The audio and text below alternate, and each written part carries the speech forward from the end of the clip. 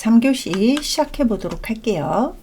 우리 2교시 마지막에 운영 체계에서 보험 가입자가 되면 보험 가입자 같은 경우는 대상자가 됐을 때 본인 부담금을 지급하고 요양기관에서 의료 서비스를 받게 되죠.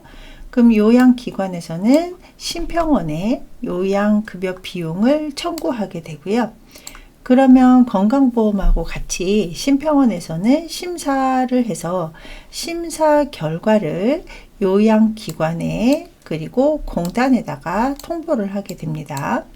자, 그러면 공단에서는 요양급여 비용을 요양기관에 청구하게 되고, 그 다음에 가입자는 보험료를 공단에 납부를 하고, 또 공단에서는 가입자에게 보험급여, 그래서 재가급여, 그 다음에 시설급여, 특별현금급여, 이런 여러 가지 각종 급여를 제공을 하게 되죠.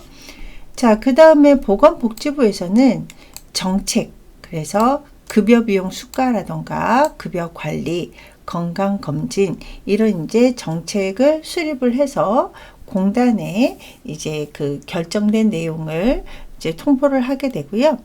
자, 그 다음에 심평원에는 심사 결과 기준, 그래서 적정성 평가나 보험료 부과 체계, 그 다음에 보건복지부에서는 공단이나 심평원의 감독, 이런 것들이 이루어져서 이 노인 장기 요양보험이 운영이 되게 이 체계적으로 마련이 되어 있습니다.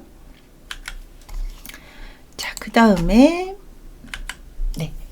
여기 보시면 수급자이신 분들은 건강보험공단에서 방문조사가 나오고, 방문조사 나와서 의사소견서와 마찬가지로 해서 점수를 이제 부여를 해서 등급 판정을 내게 되는 거죠. 자, 그러면서 중간중간에 서비스가 잘 이루어지고 있는지 모니터링을 하게 되고요. 그 다음에 자격 관리라든지 보험료 부과되는 거나 징수, 이런 것들을 관리하게 되는 게 공단이 되고요. 자, 그 다음에 여기 장기 요양기관이라고 해서 서비스를 제공하는 기관이라고 생각하시면 되겠습니다. 그래서 재가급여, 시설급여, 이렇게 서비스를 제공을 해서 재가급여를 제공하는 기관을 재가센터라고 하고요. 시설급여를 제공하는 기관은 요양시설, 그 다음에 노인 공동생활가정 또는 노인 요양 공동생활가정에 이제 속한 것들이 요양기관이라고 생각하시면 되겠습니다. 자, 그래서 크게는 보건복지부에서 관장을 하게 되는 거고, 그 다음에 앞에서 재원 조달이 국고 플러스 시도, 시군구가 이제 지방자치단체에서도 재원 조달이 되기 때문에 이렇게 시도 또는 시군구가 운영 체계 안에 들어가게 되는 거죠. 자, 그러면 이제 건강보험과 노인장기 요양보험의 차이점, 그 다음에 요양시설과 요양병원의 차이점에 대해서 살펴보도록 하겠습니다. 자, 일단 국민건강보험공단은 치료적인 개념인 거죠. 그래서 질병이나 부상이 있는 자에 대한 입원, 외래, 그 다음에 재활치료 등 의료 서비스를 제공하는 것을 목적으로 하는 게 국민건강보험. 그래서 이 건강보험 같은 경우는 의료기관이 보통 병원, 약국에 이제 서비스를 대상으로 하는 거고요. 노인장기 요양보험은 우리 앞에서도 살펴봤다시피 일단 65세 이상이신 분들의 고령, 그 다음에 노인성 질병, 그래서 치매, 중풍, 파킨슨 등 노인성 질병으로 인해서 거동이 불편한 자에게, 그래서 거동이 불편한 자 기준이 6개월 이상 혼자 생활할 수 없다라고 인정되는 자죠. 그래서 이 거동이 불편한 자에게 신체 활동, 일상생활 지원 서비스를 제공을 해서 우리가 보면 어떤 의료 서비스, 치료 서비스가 아니라 요양 서비스를 제공한다. 그래서 이 노인장기 요양보험은 아까 요양기관에서 살펴봤다시피 요양시설이나 재가기관을 통해서 급여 대상을 삼고 있는 것이, 그래서 급여 대상이 노인 또는 65세 이하이신데 노인성 질병에 걸린 분들이 대상이 되겠죠. 그래서 그런 분들을 대상으로 해서 어떤 그 치료 목적이 아니라 요양 목적으로, 돌봄 목적으로 서비스를 제공하는 게 이 국민건강보험과 노인장기요양보험의 차이점이라고 생각하시면 되겠죠. 자, 그 다음에 요양원. 그래서 우리가 보통 요양시설을 요양원이라고 많이 얘기를 하는데, 이 요양원 같은 경우는 혼자서 일상생활 수행하기 어려운 노인에게 간병, 어떤 질병에 걸렸을 때 간병, 그 다음에 일상생활에 해당하는 돌봄 서비스를 제공하기 위한 요양시설이다.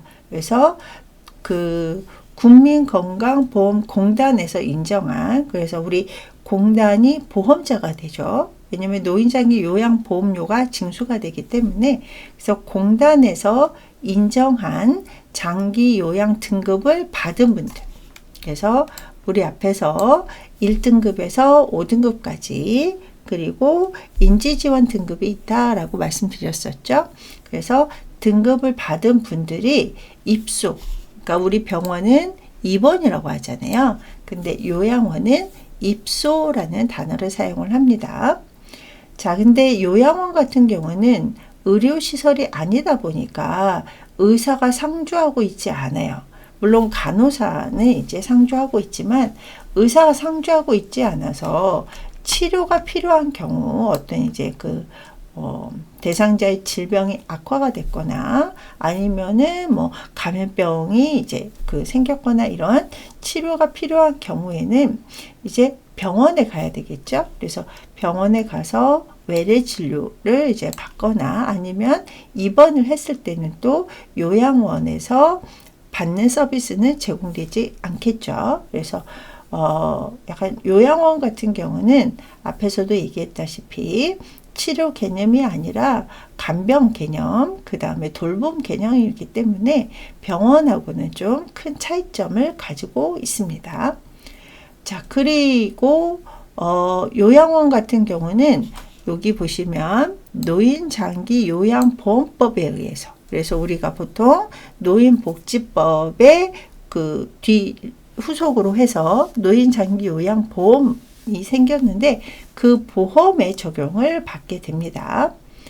자, 그 다음에 요양병원 같은 경우는 우리 지난 시간에 요양병원 공부했었죠. 그래서 의사나 한의사, 그러니까 의료인, 의사인 사람들이 의료를 행하는 곳으로서 우리가 의료를 행할 목적으로 개설한 기관을 요양병원이라고 하죠. 그래서 요양기관 같은 경우는 의료기관에 해당하는 요양병원 같은 경우는 우리 요양원하고 마찬가지로 이렇게 뇌졸중, 치매, 파킨슨 같은 노인성 질환, 노인성 질환, 그 다음에 만성 질환, 그 다음에 수술 후에 회복 과정이라던가 상해 후에 회복 과정을 위해서 이제 필요한 경우 입원을 하게 되는 거죠. 그래서 요양원도 어떤 장기간의 요양이 필요하고 요양병원도 기본적으로 장기 요양이 필요한 경우, 근데 요양병원은 아무래도 의사나 한의사가 의료를 행하는 곳으로 개원을 했기 때문에 의료 서비스가 주가 되겠죠. 네. 그래서 우리 요양병원은 의료법에 근거해서 건강보험법, 국민건강보험법에 적용을 받는다. 그러니까 요양원은 노인장기 요양보험, 요양병원은 건강보험의 적용을 받아서 우리가 수가를 산정을 하거나 청구를 할 때 다른 법에 의해서 청구를 하게 되는 요 차이점이 있겠죠. 자, 그러면 노인장기 요양보험은 대상자분들이 공단에서 인정한 등급을 받아야지 서비스를 받을 수 있다라고 되어 있는데요. 이 요양보험의 신청 과정, 등급 판정 과정에 대해서 살펴볼 건데요. 자, 일단은 장기 요양 인정을 조금 신청을 하는 요 신청인이신 분들이 공단에다가 노인장기 요양보험을 신청하고 싶다라고 신청서를 작성을 하는데, 저희가 신청을 할 수 있는 사람이 본인 또는 가족, 친족이 되고요. 그 다음에 뭐 사회복지 전담 공무원이라던가 우리 이제 시군구에 해당하는 뭐 동사무소나 주민센터에 보면 사회복지 전담 공무원이 계시는데 그런 분들도 대신 신청을 해 줄 수 있고요. 뭐 이해관계인이나 뭐 시군구청장이 지정한 이런 분들이 본인의 동의를 받아서 대신 신청을 공단에다가 하게 됩니다. 국민건강보험공단에 신청을 하게 되는데 요때 장기 요양 인정 신청서라는 양식에 맞춰서 우리가 신청을 하게 됩니다. 자, 그러면 이제 그 방문 조사가 나와요. 그래서 간호사나 사회복지사 자격증을 가지고 있는, 그러니까 자격증을 가지고 있는데 어느 정도의 경력이 있는 이런 사람들이 공단에 취업을 해서 그 사람들이 방문 조사를 나오게 되는데, 이 방문 조사를 나오면 기본적으로 52가지 항목을 조사를 하게 돼요. 조사를 하고 그 다음에 이 의사소견서에 해당하는 양식을 이제 주게 되거든요. 그러면 의사나 한의사에게 가서 이 의사소견서를 발급받아서 그거에 맞춰서 공단에다가 신청을 하게 돼요. 근데 요즘은 이 의사소견서를 본인이 가족이 찾아서 공단에다가 제출을 하는 경우도 있지만 거의 대부분 병원에서, 그러니까 의사나 한의사가 공단에다가 제출하는 이런 경우가 많습니다. 자, 그래서 일단 맨 처음에 이 장기요양 인정 신청서를 이 신청인이 이제 공단에다가 신청을 하게 되고, 그 다음에 방문 조사가 이루어지면 의사소견서를 제출을 하게 되는데, 그렇게 되면 공단에서는 등급판정위원회가 열려요. 그래서 이 의사소견서 같은 경우는 기본적으로 등급판정위원회가 열리기 전에 자료를 제출을 할 수 있다. 이렇게 명시가 되어 있기 때문에 이제 방문조사 끝나면 이렇게 의사소견서를 제출을 합니다. 자, 그런데 의사소견서를 제출하지 않아도 되는 케이스가 있습니다. 그래서 거동이 현저하게 불편하거나, 그러니까 방문 조사자가 왔을 때 이분은 딱 봐도 와상 상태인지 꽤 오래되신 것 같다. 아니면은 이분은 65세 이상인데 뭐 치매나 파킨슨 이런 질병이 꽤 오랫동안, 그러니까 우리가 보통 뭐 치매나 파킨슨 초기, 중기, 말기 이런 식으로 이제 나뉘잖아요. 퇴행성 질환이다 보니까. 그래서 뭐 한 말기 정도 되면 아무래도 병원에 가서 의사소견서를 발급받기도 어려우니까 요 방문 조사자가 예외 판정을 할 수가 있고요. 또는 도서 상간이나 벽지 이런 이제 굉장히 외진 곳에 거주를 해서 의료기관을 방문하기 어려운 이런 분들 같은 경우는 의사소견서를 제출하지 않아도 공단에서 등급 신청을 받고 판정을 내릴 수 있다. 이렇게 되어 있고요. 우리 앞에서 의사소견서 발급 비용에 대해서 잠깐 살펴봤었는데, 의료급여 수급자분들, 그러니까 뭐 기초생활수급자, 의료급여 수급자 이런 분들 같은 경우는 의사소견서 발급 비용을 이제 국가나 지자체에서 부담을 해 주는데, 건강보험이신 분들 같은 경우는 발급 비용이라든지 이런 것들이 발생을 한다. 근데 이 비용이나 비용 부담 방법이라든지 이런 범위, 기본적인 범위 같은 경우는 보건복지부령으로 따라서 의사소견서에 대한 것들이 달라진다. 이런 식으로 되어 있습니다. 자, 그 다음에 공단에서는 조사가 완료된 때에, 자, 여기 보시면 조사 결과서, 그러니까 방문 조사 결과서, 그 다음에 처음에 신청인이 작성한 신청서, 그 다음에 의사소견서, 그 밖에 심의에 필요한 자료를 등급판정위원회에 제출을 하게 돼요. 그러니까 공단에서 모든 받은 자료들을 등급판정위원회에 제출을 하면, 등급판정위원회는 그 신청인이 신청 자격 요건에 충족을 한다라고 했을 때 대통령령에 맞춰서 등급판정 기준에 따라서 수급자로 판정을 하게 되는 거죠. 그래서 뭐 앞에서도 얘기했다시피 뭐 전적으로 도움이 필요하신 케이스다. 그러면 1등급이 되시는 거고, 어떤 ADL, 일상생활 동작에 큰 무리는 없고 질병명이 치매다. 그래서 뭐 초기 치매일 때는 뭐 5등급 이런 식으로 수급자를 판정을 하게 됩니다. 자, 그리고 등급판정위원회는 심의나 판정을 할 때 어떤 의사소견서를 발급한 의사나 아니면은 뭐 방문조사자의 뭐 이런 관계인의 의견을 들어서 참고할 수 있다. 이렇게 되어 있습니다. 자, 그 다음에 여기 보시면 만약에 급여를 받고 있거나, 그러니까 등급 판정을 받아서 요양급여를 받고 있거나 받을 수 있는 자가 요 밑에 있는 그 부정행위를 했을 때, 그럴 때는 의심이 되면 공단은 이 결과를 등급판정위원회에 제출을 해서, 이게 이제 뭐 문제가 이제 발생을 했을 때 뭐 그 다음에 등급 판정을 못 받는다던가 이런 식으로 될 수 있는데, 자, 여기 보시면 거짓이나 부정한 방법으로, 그러니까 뭐 그런 경우 있잖아요. 그 방문 조사자가 왔을 때 충분히 혼자서 일상생활을 할 수 있음에도 불구하고 못한다고 했거나, 우리 인지능력 같은 거 검사할 때 뭐 오늘이 며칠이냐, 뭐 그 다음에 뭐 올해가 몇 년도냐 이런 것들을 물어봤을 때 거짓으로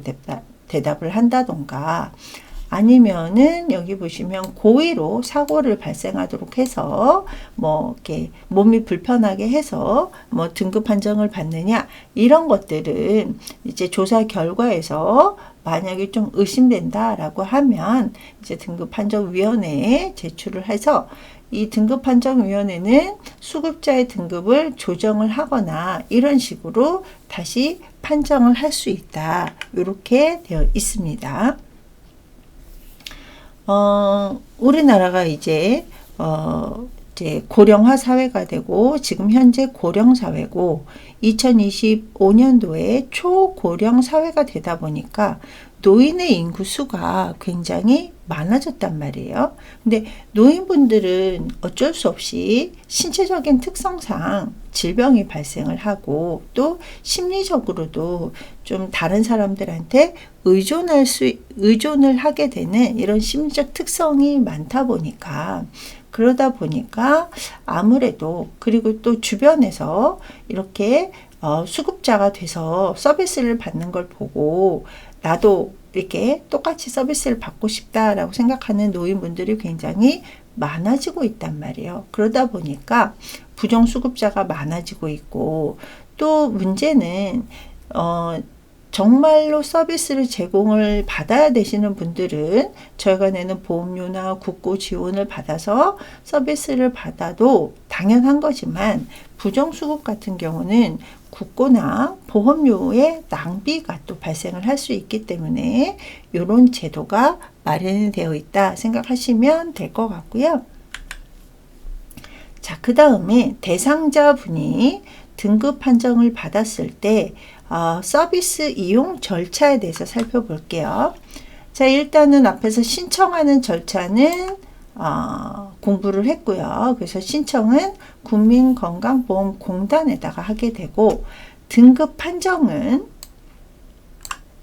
신청서, 그 다음에 의사소견서, 그리고 관계인들의 의견을 물어서 등급판정위원회가 등급판정을 이제 내리게 되는 거죠. 그러면 공단에서는 그 결과에 맞춰서 장기요양인정서와, 자, 지금은 이름이 바뀌었습니다. 개인별 요양이용계획서를 대상자에게 통지를 하게 되죠. 예, 그래서 이제 장기요양 인정서에는 몇 등급이다. 뭐 2등급이다, 3등급이다. 그리고 급여 범위는 뭐 재가급여다, 시설급여다. 그리고 뭐 복지용구 같은 경우는 어떤 것들을 이용할 수 있다. 이런 것들이 다 포함되어 있는 이 두 가지를 대상자에게 통지를 하게 되죠. 그러면 대상자분들은 장기요양 급여에 맞춰서 월한도 이용액이라든지 아니면은 개인별 요양이용 계획서에 작성이 되어 있는 이런 급여를 제공을 받게 되죠. 자, 그래서 크게 재가 서비스를 받으신다던가 요양시설에 입소해서 서비스를 받게 되십니다. 자, 저희가 등급 판정을 내릴 때 52가지 항목이라고 말씀드렸었죠. 그래서 방문 조사가 나왔을 때 이렇게 52가지 항목을 조사를 하게 되는데, 기본적으로 이 일상생활 기능 ADL에 해당하는 12가지 항목에 맞춰서 신체 기능이 어느 정도인지를 체크를 하게 되고요. 그 다음에 7가지 항목에 맞춰서 아까 얘기한 것처럼 뭐 날짜라든지 나이를 구분을 하실 수 있는지, 아니면 상황 판단력이 있는지, 이런 이제 인지 기능. 자, 그 다음에 14가지 항목에 따른 행동 변화. 그래가지고 기본적으로 저희가 이제 뭐 치매라든지 아니면 파킨슨일 때 행동 변화가 온단 말이에요. 그래서 그런 항목을 체크하는 14가지 항목이 있고, 자, 그 다음에 이제 대상자분들 중에 방문 간호를 원하시는, 그래서 우리 뭐 트라케오스토미, 기관지 절개를 하고 계신 분, 뭐 간호처치라던가 석션 흡인이라던가 아니면은 와상 상태에서 폐소와 욕창에 걸릴 확률이 많단 말이에요. 그래서 욕창에 걸렸을 때 욕창 간호나 아니면은 뭐 그 유치 카테타, 뭐 도뇨 관리라든지 장루 관리라든지 이런 것들이 필요한지에 대한 9가지 항목. 자, 그리고 재활. 그래서 운동 장애나 관절 제한에 따른 재활 치료가 필요한지 이런 것들을 다 합쳐서 52가지 항목을 체크를 하게 됩니다. 자, 그렇게 해서 등급 판정이 나오면 1등급부터 인지지원 등급까지 이렇게 등급별로 서비스가 제공이 되는데, 자, 보시면 1등급은 100점에서부터 95점까지 받으신 분들이 1등급이 되는 거고요. 자, 그 다음에 2등급은 75점부터 94점까지, 그러니까 95점 미만이니까 94점까지 해서 2등급. 자, 그 다음에 3등급은 60점부터 74점까지. 자, 그리고 4등급은 51점부터 59점까지가 4등급이 됩니다. 자, 그 다음에 5등급 같은 경우는 여기 치매라고 되어 있죠. 치매 대상자인데 45점부터 50점까지 받으시면 요 5등급을 받으셔서 서비스를 받으실 수가 있고요. 인지 지원 등급 같은 경우는 치매인데 5등급은 45점부터 50점이었잖아요. 근데 44점 미만인, 44점 이하인 이런 분들, 치매 환자분들 중에는 인지지원 등급이라고 해서 인지지원 서비스를 받게 되십니다. 자, 그 다음에 장기요양보험의 유효 기간을 볼게요. 그래서 노인장기요양보험은 이제 보험료를 계속 낸다고 유지되는 게 아니라 기본적으로 처음에 등급 신청을 하게 되면 유효 기간이 2년으로 책정이 됩니다. 2년 동안 서비스를 받고 이제 서비스가 끝나기 한 30일에서 90일 전에 갱신 신청을 하게 돼요. 그래서 갱신 신청 결과 직전 등급하고 같다라고 했을 때는 유효 기간이 조금 달라지는데요. 만약에 대상자가 1등급을 받았는데 2년 후에 똑같이 1등급을 받았다. 그러면 유효 기간이 4년으로 늘어나게 되고요. 자, 그 다음에 2등급부터 4등급까지는 같은 등급을 받았을 때, 자, 예를 들어서 3등급이었다가 2년 후에 2등급이 되면 유효 기간은 2년이 되는데 같은 등급을 받았다라고 하면 3년으로 늘어나게 됩니다. 아무래도 이 등급 신청 과정에서 방문 조사도 가야 되고 의사소견서도 제출해야 되고 그래서 비용이 발생하잖아요. 그래서 같은 등급을 받게 되면 큰 변화가 없을 것이다 라는 간주하에 유효 기간이 이렇게 이제 4년, 3년 이렇게 이제 조금 더 연장이 되게 됩니다. 자, 그런데 5등급이거나 인지지원 등급, 그러니까 대상자분들이 치매이신 분들 같은 경우는 상황이 어떻게 바뀔지 모르기 때문에 이분들은 유효기간이 똑같이 2년으로 되어 있는데 이 등급판정위원회는 이렇게 4년, 3년, 2년인데도 불구하고 대상자의 상태를 고려해서 6개월의 범위를 가감할 수 있다. 이런 식으로 되어 있습니다.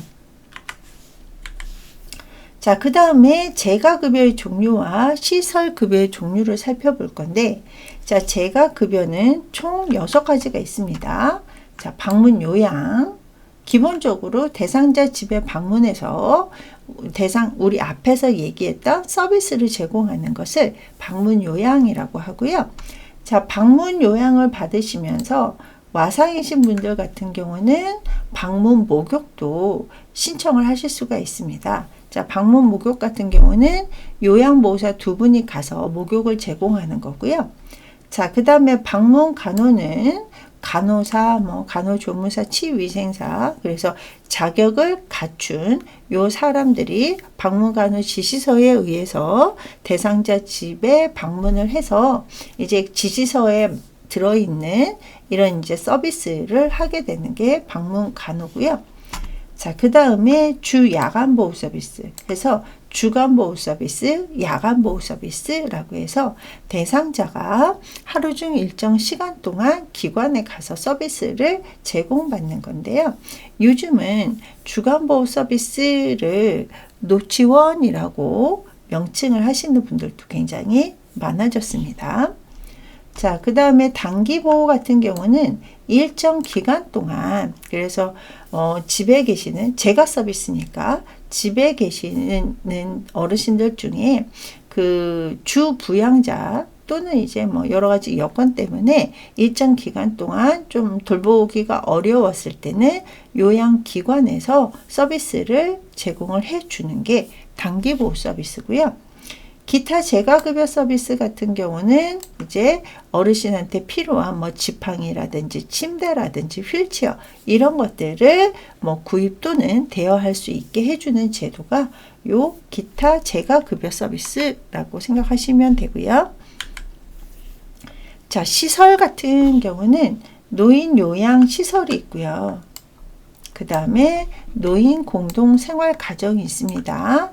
자, 이거는 이제 그 입소 정원에 따라서 달라지게 되는 건데요. 요양시설 같은 경우는 최소 대상자가 10인 이상일 때 요양시설의 의료기관이, 요양기관이 되는 거고, 입소 정원이 5명에서 9명인 경우에는 노인 공동 생활 가정. 그래서 우리가 보통 그룹홈이라고 하는 시설에서 서비스를 받게 되십니다. 자, 그 다음에 특별 현금 급여가 있는데요. 특별 현금 급여는 저희 노인 장기 요양 보험은 이제 현물 급여가 기본인데, 그러니까 서비스를 제공하는 게 기본인데, 그것이 안 됐을 때 특별히 현금을 주겠다라는 내용인데요. 가족 요양비. 그래서 대상자가 이제 재가 서비스나 시설 서비스를 받지 못했을 때, 그래서 재가 서비스를 못 받으면 가족 요양비, 시설 서비스를 제대로 못 받으면 특례 요양비, 그리고 노인 장기 요양보험 등급을 받았는데 요양병원에 입원을 하게 되면 이렇게 간병비를 주겠다. 이렇게 법적으로 만들어져 있다 생각하시면 되고요. 자, 그 다음에 급여 비용 같은 경우는 일단은 건강보험하고 마찬가지로 급여 기준에 맞춰서 저희가 신청을 하시면 됩니다. 자, 그리고 야간도 가산금이 붙겠죠. 그래서 급여 비용의 30% 가산되는 게 밤 10시 이후부터 해가지고 그 다음날 오전 6시 이전에 갑자기 서비스를 제공을 했을 때 30%를 가산을 할 수 있고요. 그 다음에 우리 공휴일, 대체 공휴일이라든지 마찬가지로 이것도 마찬가지로 30%를 가산을 해서 저희가 신청을 할 수가 있습니다. 자, 급여 비용 같은 경우는 이제 세부 사항에 맞춰서 공단에서 이제 지급하게 된 수가에 맞춰서 저희가 신청을 하게 되는데, 우리가 보통 휴일 같은 경우에는 또 가산이 붙어서 우리가 그거에 맞춰서 신청을 할 수 있어야 되고, 그 다음에 보시면 급여 제공 기록지, 그 다음에 장기요양 급여 제공 계획서, 이런 것들이 우리가 또 첨부를 해야 되는 것들이 있어요. 그래서 그 첨부되는 기록지를 기재를 해서 우리가 청구를 할 수가 있고요. 자, 그 다음에 장기요양 급여 비용 명세서라고 해가지고, 이 명세서 같은 경우는 건강보험하고는 조금 다르죠. 예, 그래서 급여에서 본인 부담금이 몇 프로, 공단 부담금이 몇 프로 해서 총액이 얼마다. 그래서 우리가 청구액은 어떻다. 이런 것들이 명세서상에 적혀 있습니다. 그러면 이거에 맞춰서 우리가 심평원에다가 청구를 하시면 되겠습니다. 자, 그러면 마지막으로 요양기관의 지정 및 기준 절차, 이런 것들을 볼 텐데, 만약에 이제 제가 센터를 운영하겠다, 아니면 요양시설을 운영하겠다 이랬을 때 이 지정 신청을 이제 공단에다가 이제 접수를 하게 되는 거죠. 그러면은 서류 심사를 통해 가지고 기본적으로 현지 확인이 나옵니다. 그래서 시설이나 인력 기준이 충족이 되어 있는지, 그래서 시설, 그 다음에 인력 기준 같은 경우는 요양보호사 최소 몇 명, 이런 것들이 있단 말이에요. 그래서 확인 점검이 이루어지고, 그 다음에 여기 보시면 지정 여부가 결정이 되는데, 만약에 미충족이 됐다라고 하면 제출 서류가 반려가 됩니다. 그래서 전산 입력이 돼서 우리가 청구를 하게 되는 거고, 자, 그 다음에 지정서 발급을 이제 하게 되는 거죠. 그래서 예를 들어서 기관의 이름, 그래서 동원요양기관, 동원요양시설, 이런 식으로 돼가지고 마지막에 사후 관리가 이루어지게 됩니다. 네. 자, 이렇게 해서 노인장기 요양보험까지 살펴봤습니다. 자, 우리 학생들 한 주 동안 수고 많으셨습니다.